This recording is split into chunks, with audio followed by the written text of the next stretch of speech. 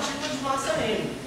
Quando você vai para um corpo rígido qualquer, para um objeto de uma certa forma, e eu vou, em princípio, me limitar a uma placa fina. Se tivesse uma placa fina, essa placa fina está sobre o eixo do plano XY. Ok? Aí você fala, o que vai ser o momento angular da placa como um todo? Bem, se eu sei, vou chamar um dado ponto da placa, tem uma massa M.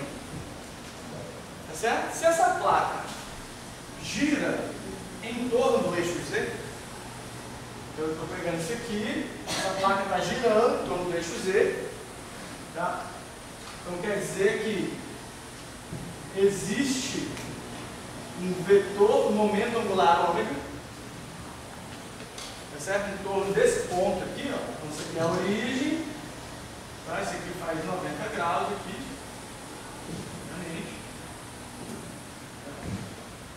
Tudo faz 90 graus, na verdade, né? Então esse cara está girando assim em torno desse cara. Aí você pega, não, beleza. Então vamos definir o momento angular dessa massa, eu vou chamar de massa I, que é uma das iésimas massas que compõem esse corpo como um todo. Você pode pensar que um corpo extenso é composto de um conjunto enorme de massas pontuais, sei lá, massa do elétron, massa do átomo, massa do que você quiser. Vai somar, vai falar aqui nesse ponto tem uma certa massa ali. Se esse cara está girando, necessariamente, ele tem que ter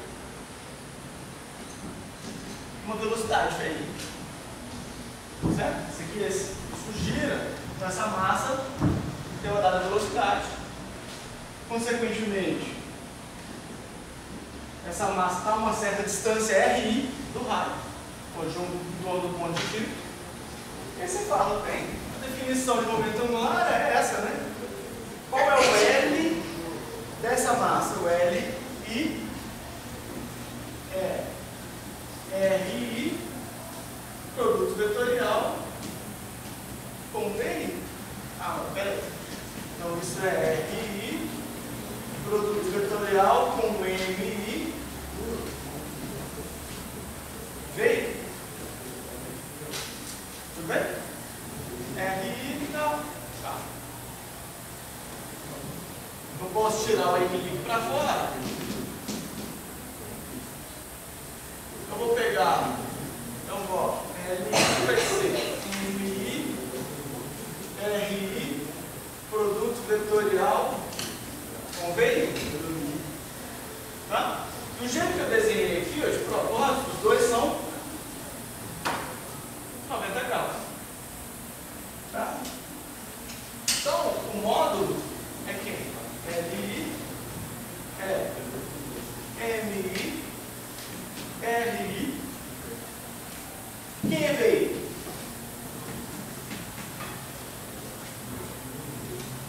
VI é a velocidade linear. Como é que ela está relacionada com a velocidade angular? VI é RI ômega, se concorda? Porque todo mundo tem a mesma velocidade angular, mas a velocidade linear muda com o raio. Você junta isso tudo, você pega isso e coloca aqui, isso dá MI, RI quadrado, ômega. Então, o que é o momento angular total?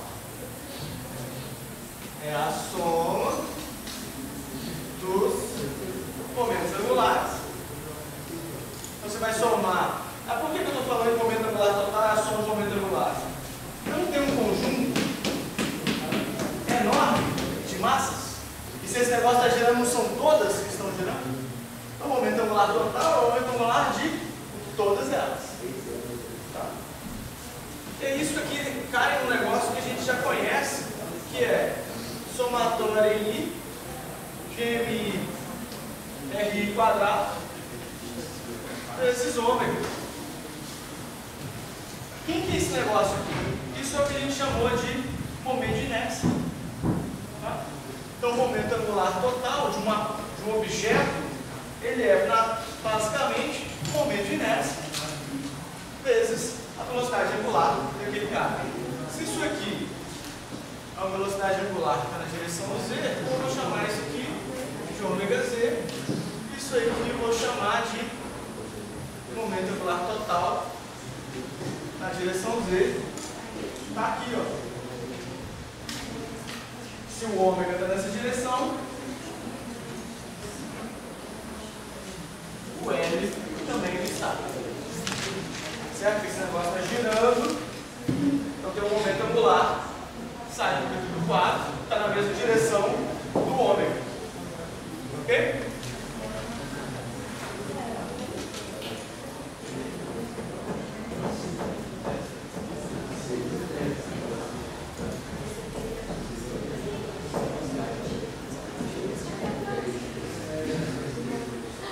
Tá.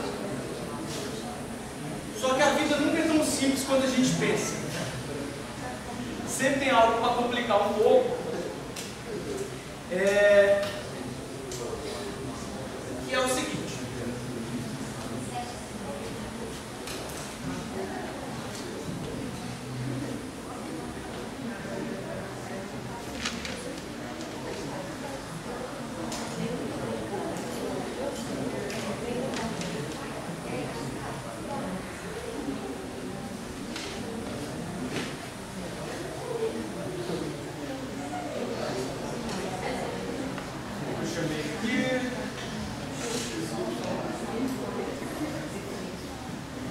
Olha só a complicação que rola aqui agora. Imagina que eu tenho essa massa aqui, e essa massa está girando, só que ela está girando, você vê que ela está girando acima do eixo Z. Se eu considerar o ponto de giro, o eixo em torno da qual ela vai girar, isso aqui. Esse é o R, tá? Ela está girando ali no plano, ó. Aí está girando nesse plano aqui em cima, ó. Tá? Esse é o R. Para onde está o L? Para onde que está o L? Eu vou mudar esse vetor aqui só para ver se melhora um pouco a visualização, porque isso é uma visualização em 3D. Ó, esse é o vetor R, tá? O vetor V, ele está entrando aqui no quadro. Tá? Se eu tirar isso aqui, na verdade, se eu fizer assim, acho que fica melhor. Esse cara está fazendo a volta, mas o que você vê é ele entrando aqui e saindo aqui, você concorda? Está fazendo assim, ó. Tá? Então você tem R, P. No caso, o V está entrando no 4. Tá certo? Então eu tenho R, produto vetorial com P, dá um L assim, ó. Tudo bem?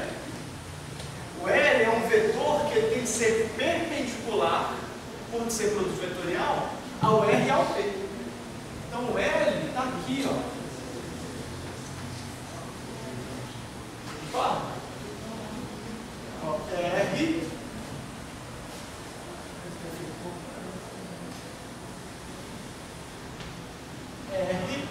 produto vetorial com P que está entrando no quadro, porque essa partícula está fazendo isso, ó, dá um L assim, ok?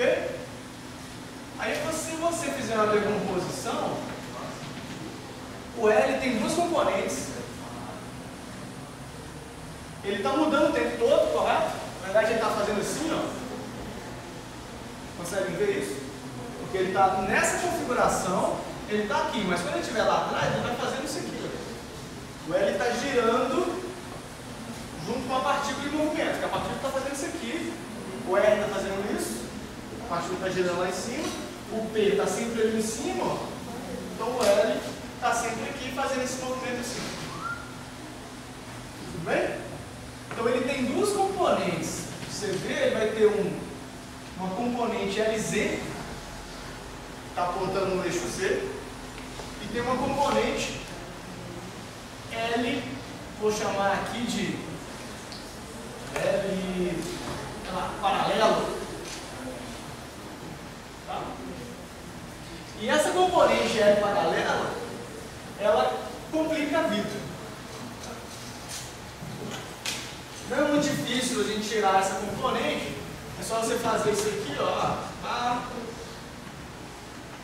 sistema de coordenadas. O P está entrando aqui no quadro. Deixa eu ver como é que eu fiz essa conta.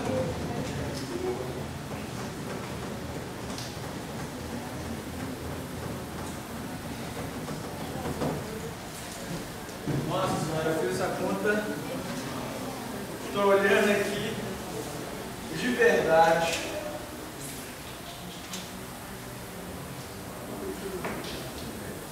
Bem, acho que vocês vão acompanhar sem muitas dificuldades. Pelo menos assim eu espero. Vou chamar isso aqui, ó, de ângulo θ. Ok? Isso aqui de tamanho Z. Então, quem que é o R? Alguém consegue? Me ajuda aí, vamos lá. Quero que vocês me ajudem a conseguir visualizar esse desenho. Tá? Acho que a grande dificuldade desses problemas é visualizar o desenho e fazer a geometria dele. Tá? Vamos definir o vetor R. O vetor R, sempre, ele está no espaço, ele é escrito assim, xi, yj, mais zk. Ou seja, ele é um pedaço em x, o tamanho dele em x, o tamanho dele em y e o tamanho dele em z. De maneira genérica. Tá? Agora eu vou falar quem que é o x. X, ele é, você concorda que x é a projeção desse pedaço desse lado? Y é a projeção desse pedaço desse lado. Ok? Então, eu vou chamar, olha, o vetor R, ele é, eu tenho que dar um nome para esse aqui, vou dar um nome, vou chamar esse aqui de ρ. Esse pedaço aqui, ó, eu vou chamar isso aqui de ρ. Tá? Então é ρ seno cosseno de θ. Cosseno de θ na direção I, mais ρ seno de θ na direção J, mais Z, K. Na verdade, olha só, o que eu estou falando é, se eu chamar isso aqui que está no plano de vetor ρ, o vetor R é isso mais isso. É quanto esse cara está no plano, mais o quanto ele está fora do plano, eu tenho o vetor R. Certo? Beleza, então eu tenho o vetor R definido aqui em termos de θ, tal, e de ρ. Beleza. Preciso definir o vetor P. O vetor P é o vetor que está entrando aqui no quadro, né? Concorda que ele é um vetor? Esse cara está entrando aqui, ó, botei ele colorido, então para ficar claro. O vetor P é um vetor que está entrando no quadro, mas ele tá movendo nesse plano aqui, ó. Certo? Deixa eu ver como é que eu defini o vetor P.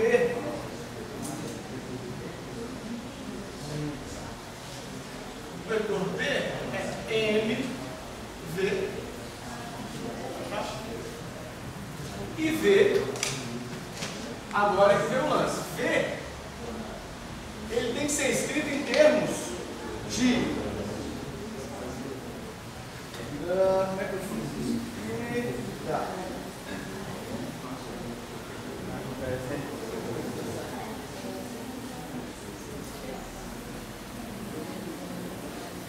tenho que escrever ele dentro desse ângulo θ aqui, ó.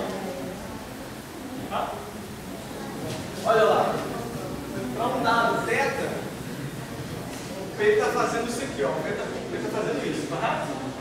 Então, se eu pegar isso aqui e olhar de cima, acho que é a melhor maneira de eu definir esse P, esse vetor V ou P. Né? Só multiplicar. Olhando de cima, eu vou ter x assim, y assim. Para um dado ângulo θ aqui embaixo,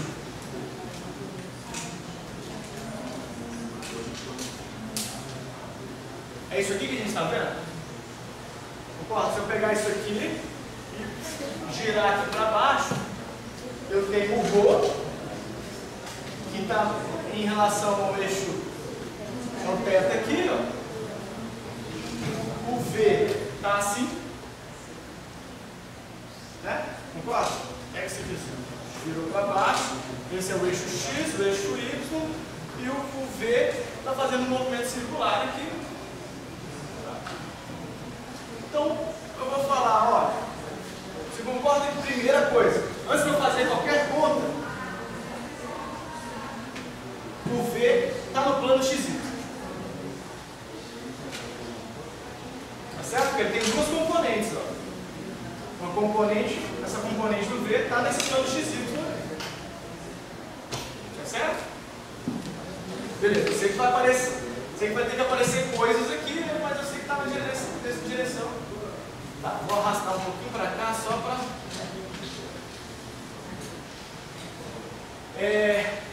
V igual a ômega R o módulo, né? Então, o módulo tem que ter alguma coisa ômega R. Porque o módulo do V vai ter que dar sempre ômega R. Tá? Agora, pensa o seguinte: em θ igual a zero, para onde que aponta o V? Tem como fazer isso de uma maneira bem matemática, tá? Eu estou querendo que vocês, na verdade, consigam construir isso sem ser fazendo muita conta, mais heurístico mesmo. Esse é o V. Em θ igual a zero, o V está aqui, né? Então, em θ igual a zero, eu tenho um V que aponta em que direção? Ele aponta na direção mais y, não é isso? Então, se ele aponta só na direção mais y, opa, aqui tem que estar cosseno de θ? Fala. Por quê?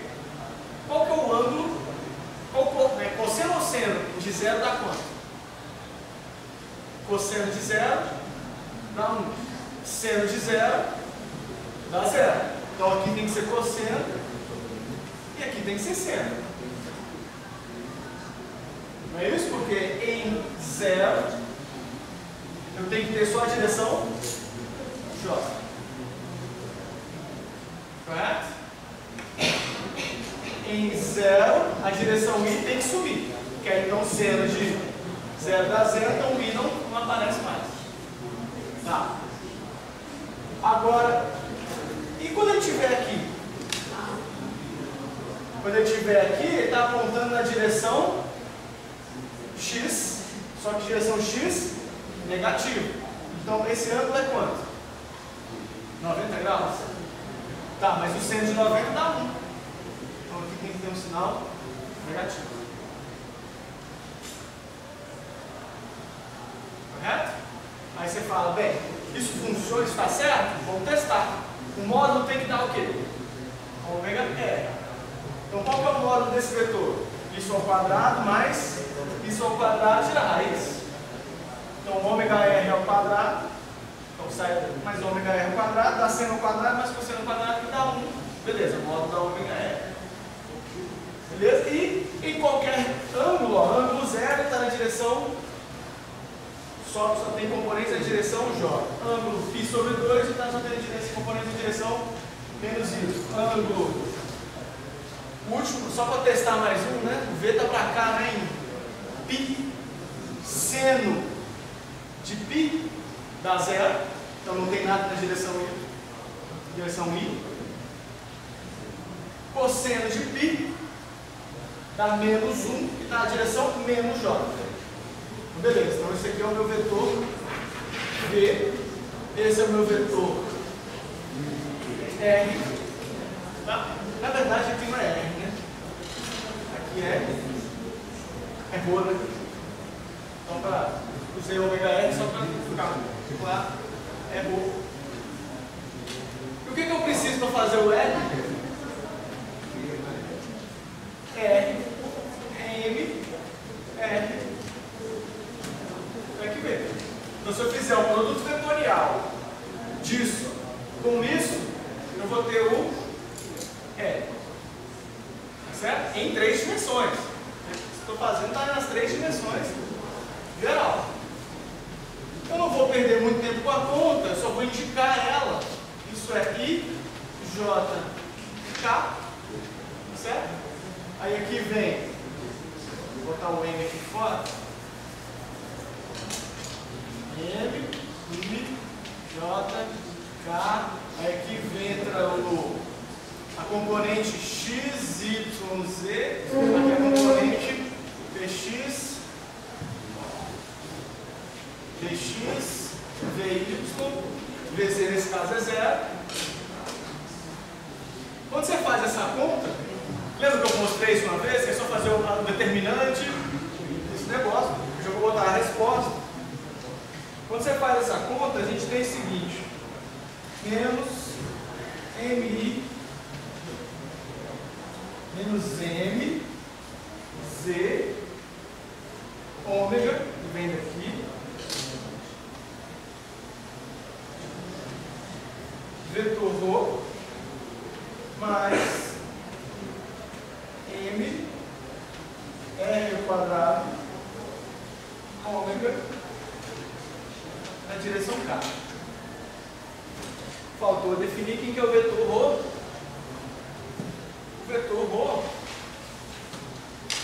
ele nada mais nada menos que esse vetor aqui, ó, que é rho cosseno de θ I mais seno de θ J.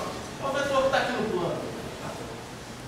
No fundo, eu fiz isso só para mostrar o seguinte, olha. Essa aqui é a componente do momento angular que está na direção Z. Ok? Essa aqui é a componente do momento angular que está na direção no plano. Que é esse pedacinho aqui, ó. Tá certo? E aí você fala, para que eu fiz isso? Bem, faz a derivada desse negócio. Você fala, pô, professor, você está de sacanagem. Não, faz a derivada desse negócio. Porque se você fizer a derivada desse negócio, você vai ter um torque. Veja, a derivada do L, eu não defini como sendo o torque. E aí, se você for fizer a derivada desse negócio, você vai ter um torque na direção Z. Certo? Porque esse aqui está só na direção Z, ó. Tá. Mas um torque que está fora da direção Z. Então é um torque que faz uma partícula que está assim, que faz ela oscilar. Então toda vez que você tiver alguma coisa que tiver mais massa de um lado do que do outro, você vai ter associado a isso um torque que faz esse corpo vibrar. Como é que você acaba com isso? Colocando duas massas simétricas. Tá? Bem, o que eu quero dizer colocando duas massas simétricas? Vou fazer só um desenho para vocês entenderem, não vou fazer mais essas contas. Vocês ficaram tanto quanto entediados vendo essa conta, para perceber. Onde eu quero chegar é que o balanceamento, quando você fala balanceamento de roda, balanceamento de coisas que giram sem vibrar, tem a ver com o balanço do momento angular. Se você pensar naquele mesmo desenho ali agora, tá? Só que agora eu tenho uma massa M com um dado P entrando no quadro, eu tenho, esse é o R, P está entrando no quadro, R VEC P, como eu disse, do lado de lá dá um L assim. Agora coloca outra massa, exatamente simétrica do lado de cá. Chamar R1, R2, P1, L1. Se você colocar uma outra massa agora, com o momento P2 saindo do quadro, R2, P2 está saindo do quadro. Junto vetorial com P2, dá um L2 assim. O resultado disso é, você tem um momento angular que tem uma componente para cima e uma componente que aponta para o centro. Aqui você tem um momento angular que tem uma componente para cima e uma componente que aponta para o centro. O resultado é que essa componente cancela com essa, sobra só o momento angular na direção Z e ele gira sem vibrar, porque ele não dá torque. Ele gira, ele está equilibrado, com o que tem de um lado e tem do outro, ele gira sem ter nenhum problema, sem vibrar. Uma roda desbalanceada nada mais é do que mais massa de um lado do que do outro. Então, quando você tiver mais massa de um lado do que do outro, esse negócio vai ter que vibrar, vai oscilar numa direção maluca, porque você tem um componente momento angular fora do eixo de simetria. Tá? Só para identificar.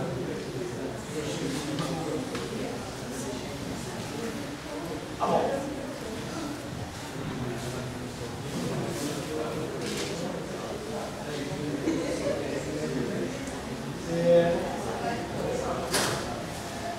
Bem, e quando isso acontece, nessa situação, só para a gente finalizar, eu tenho que o L é simplesmente um I ômega Z na direção K. Por quê? Esses dois caras cancelaram. O L resultante é o momento de inércia do sistema total, vezes o ômega naquela direção. Tá? E se você fizer o dL dt, você acaba tendo I d ômega Z dt na direção K. Isso aqui é o que mesmo? I d ômega dt, não é alfa? Que é a aceleração angular? Você acaba tendo dl dt é I alfa Z. Opa, mas I alfa é o torque. De novo, que chegou na definição.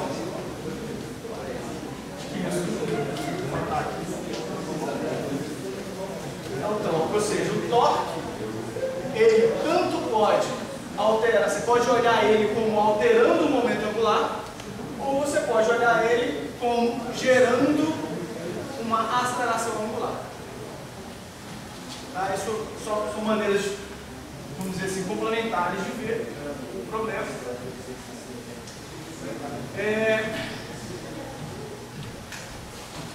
Beleza.